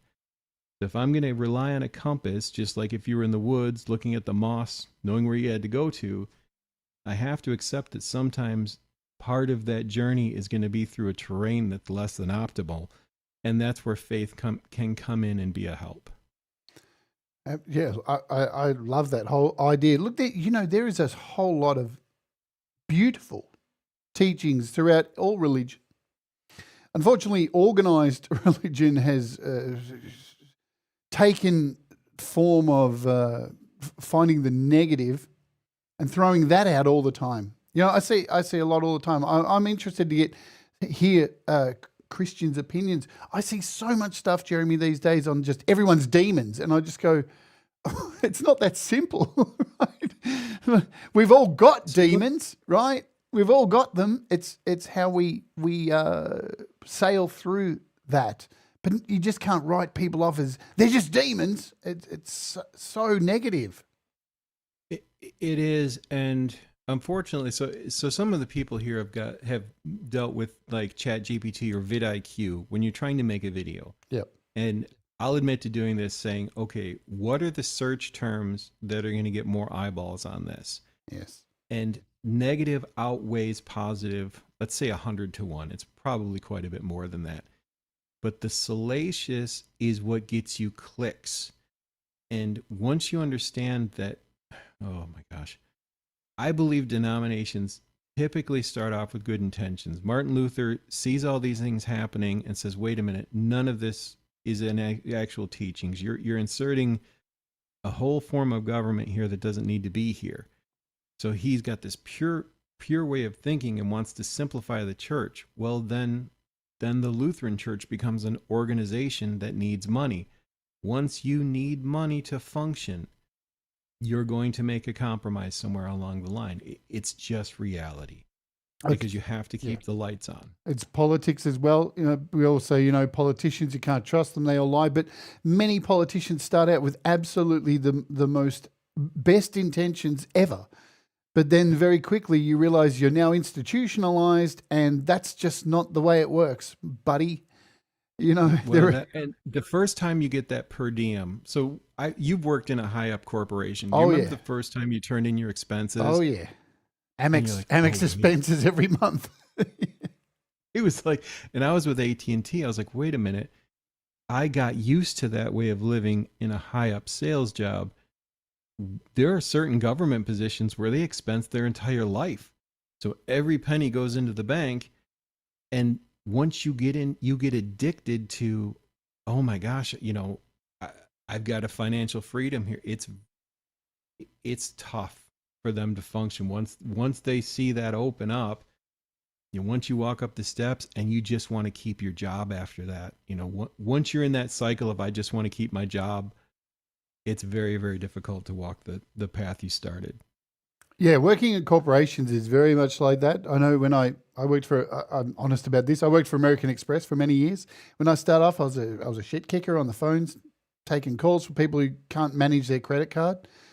And very quickly I started seeing how people were moving up the chain, and there's a lot of butt licking and saying the right things to the right people and having the right contacts. But then I realized it doesn't have to be that way. If you can actually manifest your own role and create a job within the company that is not there. You just got to look for what's missing, and then you create your own role, and then you don't have to answer to anyone because you're a specialist in your own field and you've manifested that. And they found it hard to get rid of me after that because I was now this new thing. It was like, ha-ha. And it was easier to walk away too because nobody's going to fill that. Manifest your own reality. Absolutely. Well, and that's what Robert Frost said. And there's an interesting part of that poem. Two paths equal in where. Mm-hmm. I took the path less taken, and that's made the difference since. I misunderstood that poem for years because that line, equal in where. There is an alternate path, but everyone tries to steer you away from it, saying, no, this is the one you got to go down. Yeah. But there's already a paved way for you to do what you believe in your heart is the right thing. It just seems it's the one nobody wants to take, but you can create that way and make a difference along the way. So, yeah. It's funny you say it's the one that nobody wants to take. I think externally it is, but in the inside, it is that one that they want to take, and they just don't want to take that risk. And often that risk, there's reward, man, because you're going to face, no matter which path you take, as you said, right, you head north, there's going to be a storm at some point. Life is a roller coaster. And if you think you're going to ride that roller coaster and get out of the Big Dipper, I think the secret is, me and Pete say this on the channel all the time, changing that waveform of music to more this. How you react to those waveforms, that Big Dipper, right?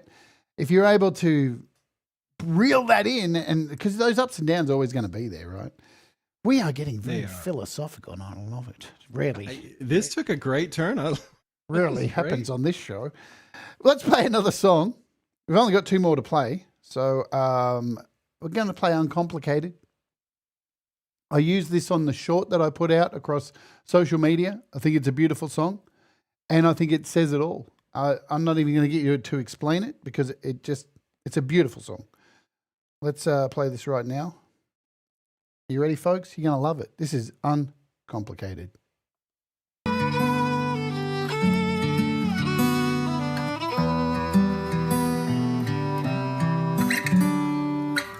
We walk under the same blue sky each day. What you don't see, my friend, is I'm walking in chains. Invisible sickness, there is no cure. I'm losing sight of what I'm fighting for. It's okay if it's too much to ask you to stay.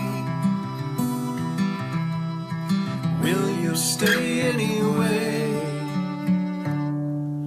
'Cause my sunlight is blocked by the clouds, and only the darkness seems clear to me now.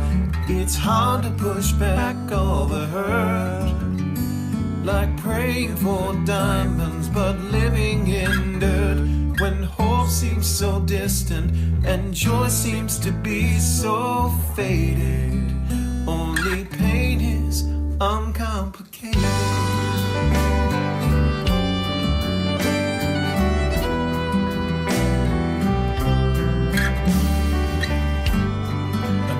Day over, another day done.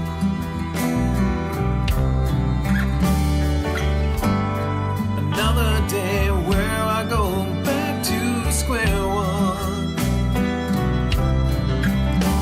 There's no magic pill for when my pain begins.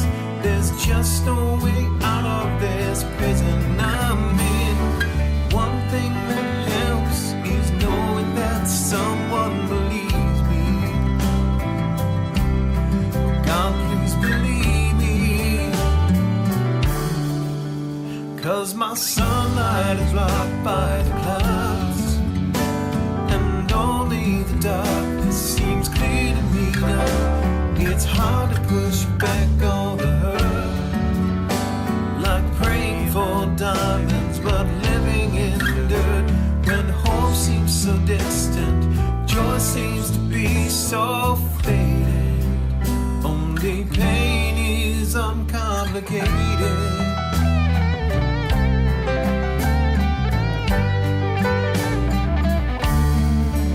It takes just one note to make my minor chord major. What you don't know is my heart just won't let me play. Then can you stay and help me to move one finger and find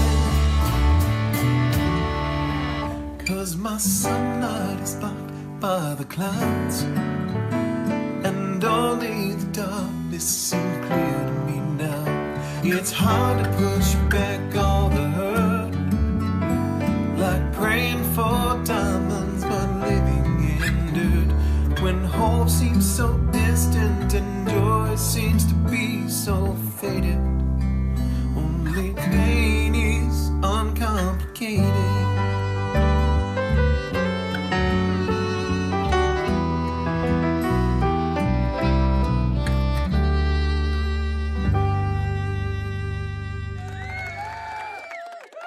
Jeremy Lara and Uncomplicated. And before we bring him back on here, I just want to say hello to a few people that I've missed. Blazing Stars, Laurie's Mishmosh has joined us late. You're late. I love my close-up camera. Matt, welcome aboard too. I'm sure there's a few other people I've missed as well. Birdfinger, I didn't say hi to you. So thank you all for being here and hanging out. Let's get him back on here. One thing I want to say, Jamie Lynn, I missed you as well too. Pausing guitars. All right. If I've missed you, I do apologize. Here's the thing, right? sometimes you have an artist on the show and it makes it, you need to ask them, what's this song about? You make it very easy with your songs that I feel like I don't need to ask. It's one of those things I don't like asking artists, what is this song about? Because, and I'll give you, the reason is because I find people make their own assumption of what a song is, what it means to them. And I remember some songs that meant the world to me. And when I heard the artist actually say what it was about, I was like, really? Man. Man, it's ruined forever for me. What have you done? But what I'm getting at is your lyrics are very honest and you can't miss what they're about. So it makes me feel like I don't even need to ask you about it because that's the thing. When I first came across your music, I got your story. I could hear your story through your music. I'm the same kind of writer. Like I write songs. You know what the hell I'm saying. You just know because it's so blatant, you can't miss it. And I love that kind of style of songwriting. And you are very talented, very, very talented and very, I love emotional music. So there's my butt lick for the interview. We've all got to have. Thank you, G, mate, for the super chat. Great interview, top shelf artist. I agree. Let's talk about YouTube because it's a fascinating thing, this little platform we have right here. And your journey to become a YouTuber, we talked about at the start how it was hockey and music. You split the two channels up. Then you start doing gear reviews and playing music. How do you find doing gear reviews and all that kind of stuff? Because I watch every one of your gear reviews, right? I'm so sorry. It's no, I'm not, there's none of that. It's a really hard thing to do, right? Because you have even like having a sponsor, right? You have an obligation to create a video and you've got to be objective as well too. And, again, it's like saying to somebody, I think you're okay, but you could work on this. And it's a responsibility. And because, I think of it this way, I feel like, oh my God, I have a responsibility that if somebody buys this thing, they're going to come back to me, not the company. How do you work your way around that? So I've started saying no quite a bit more. At first, the idea that someone would send you something, and I mean anything, a $30 gadget, and you get to keep it, it's hard not to get excited about that. But what I found is that idea, the person I worry about is the person who doesn't have the money to spend really, but they see gear reviews and they jump on the next thing. Yeah. Am I going to be responsible for that person next week saying, hey, I spent this $100 I really didn't have, but you made it look so good? So I decided to take a very, very different approach. If I won't use it, especially on a stream in a live setting, if I can't use it, I will be honest about it. I did a pedal review that absolutely bombed. It was this peanut butter and jelly pedal review. I watched that. And at the end of the review, I said, yeah, I won't use this on a stream. I can't use this on a stream. And I don't know that they were terribly happy with that. And I got some pushback because what I find is, and the reason this all came about is I got a chance to review a $1,500 guitar last year. Someone actually sent it to the house, and it was garbage. I said, you do not want me to review this. It's unplayable. It's absolutely trash. And he said, well, these other 3 people said it was great. And I watched the reviews. They were editing it in post. They're running it through their, $20,000 DAW and doing everything. But I was like, no. They were dancing around all these issues, saying words like unique when, but they would do it for the paycheck. And it really bothered me. So I just set a standard, and if I won't legitimately use it, there was one review I finished, and I thought it was a good product, and then I went to use it in a different application, and it fell apart. And I made a video of it falling apart and sent it to the manufacturer saying, I will not post this video now. I cannot recommend this product. And I think there are 3 videos like that where the thing, I never posted it because it did not work, and it's just not worth it. I'd rather lose that opportunity at this point. It's hard, right? Like there's my shelf back here. You can't even see the bottom. There's so many things on this shelf I've reviewed, and there's a whole lot of things there that I haven't reviewed, but they're still on the shelf. And the other thing too is, like, I've had a lot of headphones. Even this thing here that IK Multimedia sent me. It's called an Arc Studio. It turns your monitors. It makes your headphones sound like monitors, so it gives a spatial thing. It's an amazing piece of kit. I use it so much. How the hell am I supposed to show it on a stream so people can actually... You can't physically do it. It's like when I see headphone reviews, I'm like, that's okay, but your ears are completely different than mine. I have to put them on my head and I have to hear it for myself. So in good conscience, I can tell you the Arc Studio is amazing. It's a game changer. But I can't do a show on it because there's no way I can prove it. It would just be a 5-minute video of me going, this thing's wicked, trust me. All right, bye. Yeah. Can't do it. But that it's a tough thing, right? And I'm exactly the same as you. I get turned down more things than I cover, because the things that I do cover, I've actually reached out to them. So that in itself should tell you, if I'm reviewing something, I'm the one who made contact. I get every day these AI companies. Oh my Lord, these AI companies. I can turn your voice into a trumpet. You know what? I can learn to play the trumpet. Go away. I don't want to do that. One of my favorite YouTube channels just turned the corner. You could tell they just couldn't say no anymore. And it's for an AI music video generator. And I'll reveal my own hypocrisy here. So I'll use AI for a thumbnail or whatever. And I told Jen, I said, when someone makes a cartoon with AI, I almost don't have a problem with it. But when they take a picture of themselves and make it look like they shot a music video that they were never in, and they're trying to pass it off as real, that I have a problem with. It's the same technology.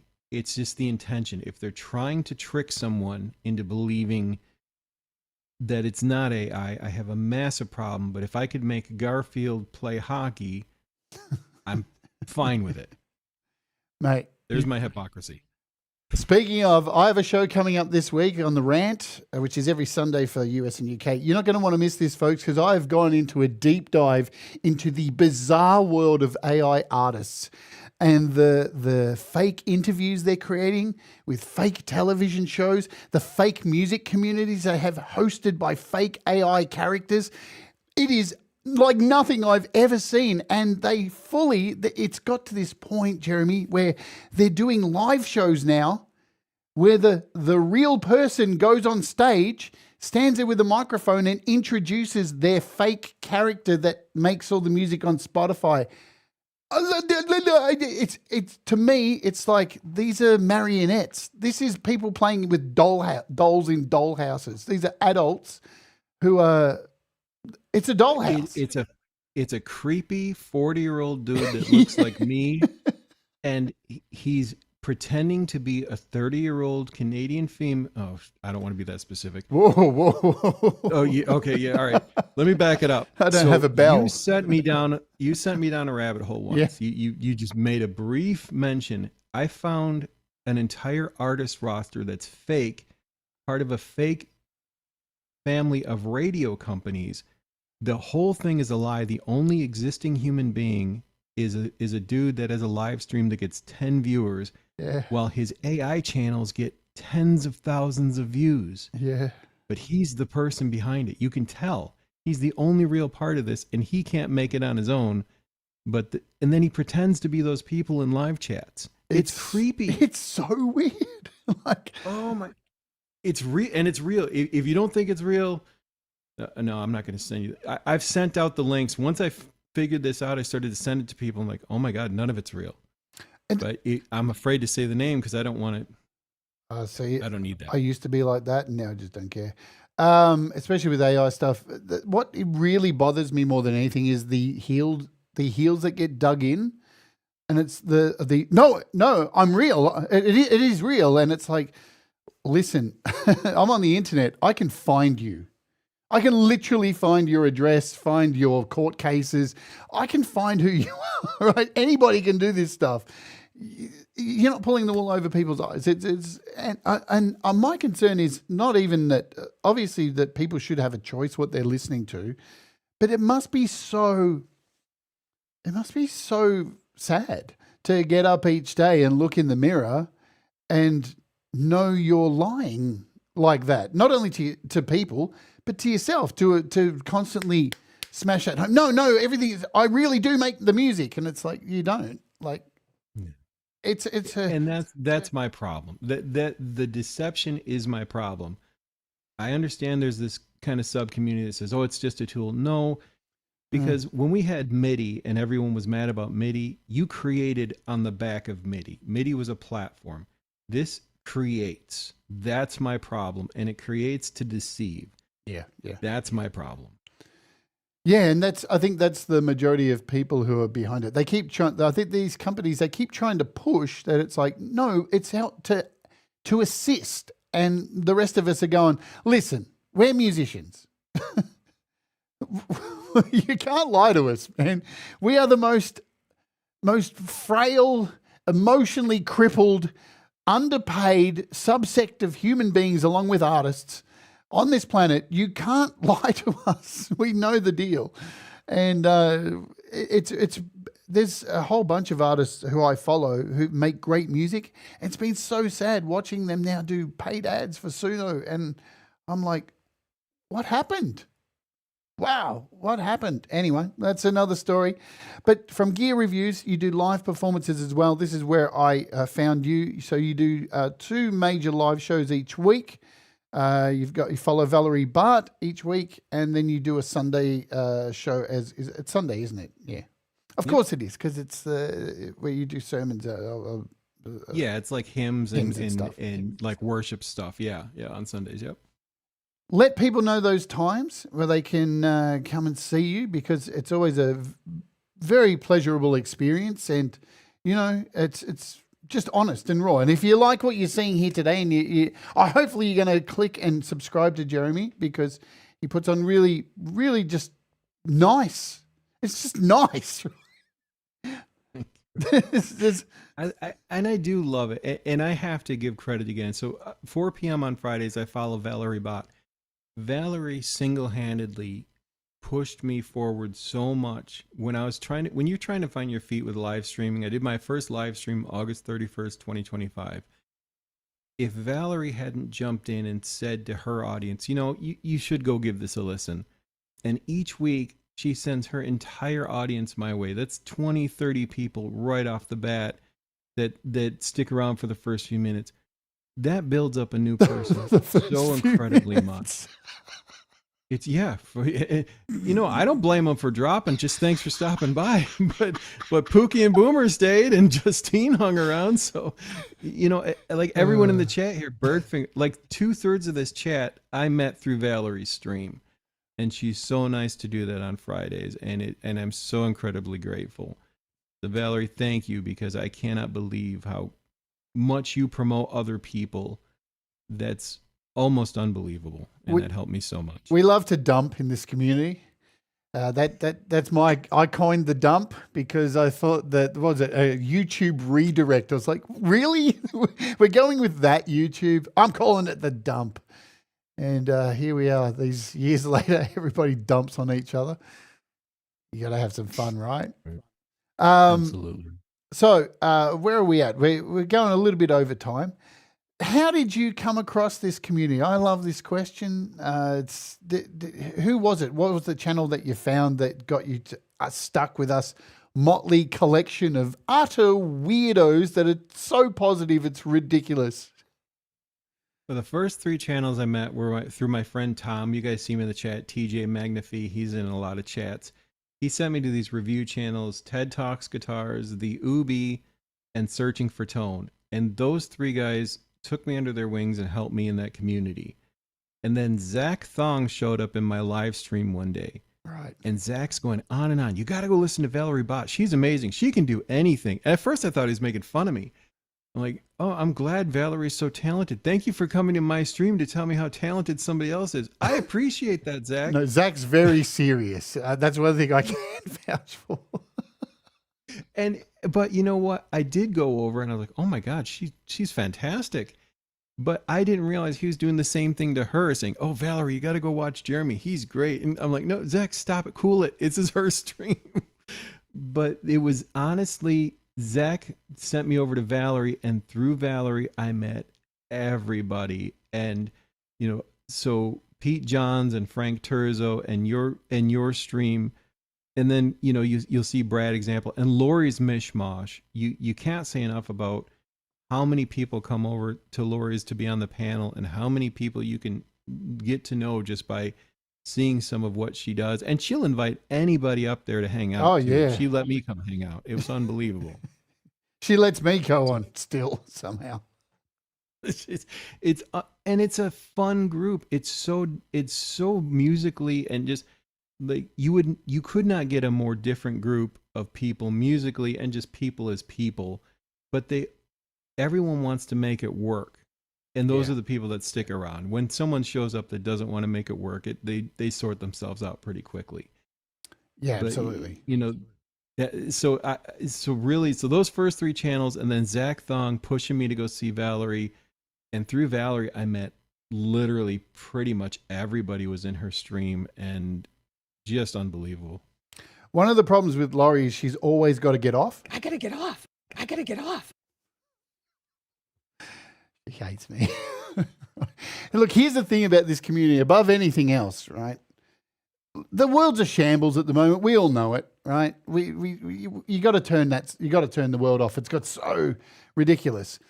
But they say in a perfect world, I hear this all the time, in a perfect world. And to me, perfection does not exist. It's a great concept, but the imperfectly perfect world is out there. And this microcosm that we have, take away the music, that's the thing. It's that we're all so completely different. We all have these very unique stories. And, I think the one thing about this community that has resonated so strongly with me, when I started this channel was during COVID, and I started this warts thing. People see it and go, what's warts? And it stands for We All Rise Together. And during that time, I was doing shows on here talking about mental health and anxiety. And then after the shows, after the live streams, we'd all jump on Clubhouse and people would come in there and open up about the things that have happened in their lives. And I think that's the one thing that we all have, that we're all so different and unique, and we all have trauma. And many people feel very confident enough to be raw about it. I feel so privileged, Jeremy, to sit here, not each and every week, because it's not an interview every week. The amount of people who come on here and open up like yourself, it's amazing. And you just, when you look out at the rest of the world and go, they're all doing it wrong. Everybody come over here to what we're doing. But then you go, no, don't come over here. No, stay over there. Leave it at the door. Come over here, but leave your agenda at the door and just participate. Yeah. It's very rare. People legitimately want to participate. And what I love about what you do is you ask people to be themselves. That's so very, very rare, Jade, that most people want to formulate a conversation to benefit what they're doing. You have bullet points and conversation, and that's incredibly freeing and rare and wonderful. Thank you so much. These are not interviews, right? You're right. They're conversations. They're just people conversing. And you're right. I watch a lot of interviews, and I'm such a terrible person watching interviews because I just sit there and go, dude, shut up. Let the guest talk. What are we doing, man? Like, I'm here to listen to this human being, like, say who they are, and you just won't shut up. Yeah. And, and then, for example, they won't even play their bloody music. I can't listen to an interview where I'm not getting to hear the person's music.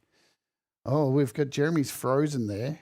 And that is a unfortunate position that you're frozen in at the moment. Oh God, I'm looking at it. Oh no. Hold on. Oh, please work. It looks like you're asking for answers right now. Dear God. I don't know what happened. I don't know if we're going to get it back. Dear God, help me get through this interview right now. Oh no. What happened? You can jump out and come back if you want. People will wait. Oh, I think it's starting to budge. Hold on. I think the computer started to just freeze up. Please work. And there's Oh, Valerie. Lord. She's always lurking. I asked Costa to come on for an interview. He turned me down. I've had a lot of people turn me down, and that's okay too, right? Because not everybody's ready to get up there and open up like that. I could take an image of that. He's back. He's back. Is he back? No? Yeah, it's going to be a little glitchy, but I think we're back. That's all right. It's kind of frozen, but we're at the end anyway. We are at the end of this. Look, I, for one, I'm so thankful that you've come on the show today. And again, I'm so thankful that people, oh, you're back now. Perfect. That people come on and trust me to talk because, you know, hey, would you trust me? Anyway, what do you see in the next few months for yourself? What are your goals for the next few months? Because as we said, troubled waters. You don't know what's around the corner. What do you see in the immediate future for yourself? What goals would you like to achieve? So one thing is, and I'm learning the summer is a very different time for live streaming. One thing I want to make sure is that I'm facilitating a community more than I'm focused on my agenda. Like, I don't want to just walk into a live stream with a to-do list. So I feel like if each live stream feels like its own independent, I listened to people or gave them an opportunity to listen to each other. It almost doesn't matter what the set list was. It's just that maybe I facilitated an environment where for a couple hours people got to enjoy each other's company and there was some music in the background. I've really shifted my focus to trying to help build the community more than a particular set list. And that's what I want to do. I want to be a facilitator. I want to build relationships and I don't know, just provide that place on a Friday or a Sunday where people enjoy being there because it's more than just showing up to the stream. It's they're interacting with each other.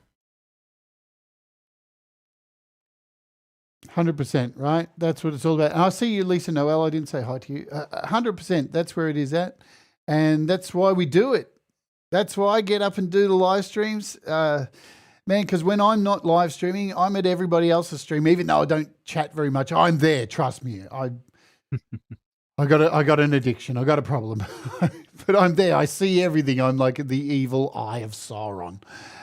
Thank you. It'll be grand music for the kind donation. You guys rock. Thank you all for being here today. We've got one more question that everybody must answer or they will be doomed forever.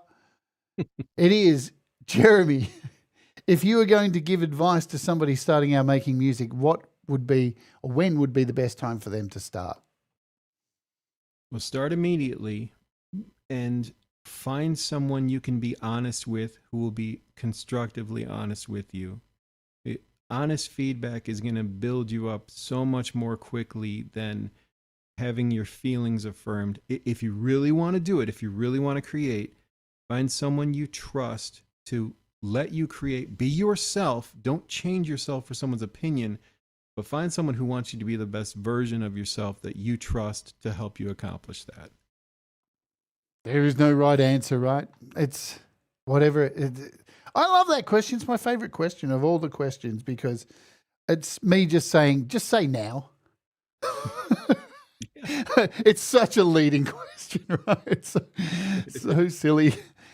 Alrighty, folks, I'm going to do all the stuff. Down in the description are all the links to Jeremy's music, his YouTube channel, his website, Apple Music, Spotify. You really should have a Bandcamp. I see you've got an account where you buy music, but you do not have a Bandcamp. I hope you have a Bandcamp soon so people can set you up with that evil money that we all need to survive. Thank you to everybody who's been here in the chat today and contributed with your fine comments and super chats and all that kind of stuff. Very grateful I am indeed. I need to let you know stuff that's coming up on my channel because, of course, we do each and every week the my live performance, which this week is going to be 90s karaoke. Because I'm doing double shift on Saturday your time. I'm doing this live performance and then I'm appearing on Wolfstone Studio. So I'm doing that there. So I'm going to sing some karaoke, some 90s crapola. And then as I mentioned earlier before, we have I have the thumb. I've got to share this thumbnail. It's so good. I'm appearing on Ron Wolfstone Studio's show. Look what I did to poor Ron. I just figured it was a Judas Priest cover. It's good. It's good. I'd said when I did the prompt, I was like, make him look like Rob Halford. He was Rob Halford. And that's the first thing I thought. No, perfect.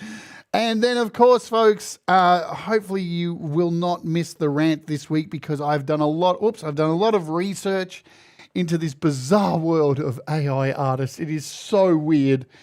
Come join me down the rabbit hole, as usual, on the rant. Lots more stuff coming up. Also, all right, we've got our last song for today. And don't forget, lots of entertainment coming up over the next coming days. We've got Chris Lane Sr. later today with the happy hour. Tomorrow we've got Valerie Bart. We've got Laurie's Mishmash, Gary Hubbs. We've got the Pole Vault and Sunshine Archer. Of course, we've got Leela. The cavalcade of stars. And on my other channel, Walk With Me, which follows Jeremy on the Walk With Me channel, if you want to come and watch that. Also, we are going to go out today with a song you did for our dearly departed friend, Mr. Smith. There are Mr. Smith emojis in the chat. He's a dear friend of mine, and thanks for contributing to the outpouring of support for our late friend, Mr. Smith, and keeping his memory alive. I don't think there's much more we need to say. You say it all in the song. So we'll do that. Thank you, Jeremy, for coming on here and being so raw and so honest, and I can't thank you enough. Thank you, Jade. This has been a wonderful honor. Thank you for letting me be honest and raw. I really appreciate it. Please stay on the line so I can say goodbye to you at the end of the show. Folks, this is Jeremy Lara and his tribute to Mr. Smith. A song for a friend, dear Mr. Smith. Do the things that make you happy, folks. Mistakes make you better. And let's all rise together. And let's Oj. Deal with it.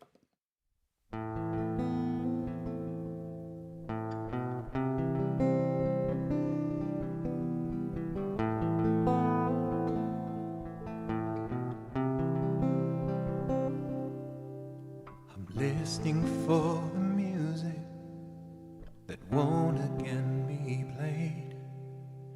I'm searching for the memories that never will be made.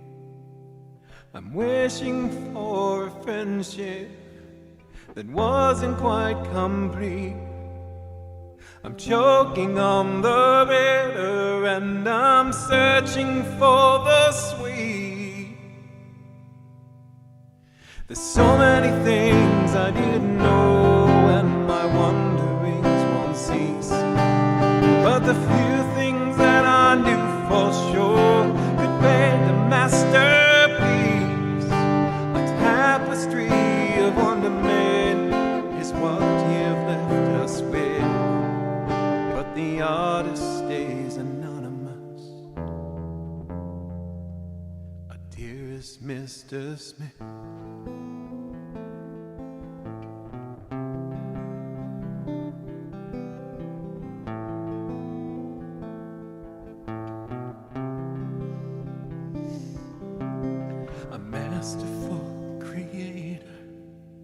An artist full of grace. I could see the universe, though I never saw your face. You never sought for glory, you never longed for fame. Your music told your story, but you never said your name. There's so many things I didn't know, and my wanderings won't cease. But the few things that I knew for sure could paint a masterpiece. A tapestry of wonderment is what you've left us with. But the artist stays anonymous. There's so many things I didn't know, and my wanderings won't cease. But the few things that I knew for sure could paint a masterpiece. A tapestry of wonderment is what you left us with. But the artist stays anonymous. Dearest Mr. Smith.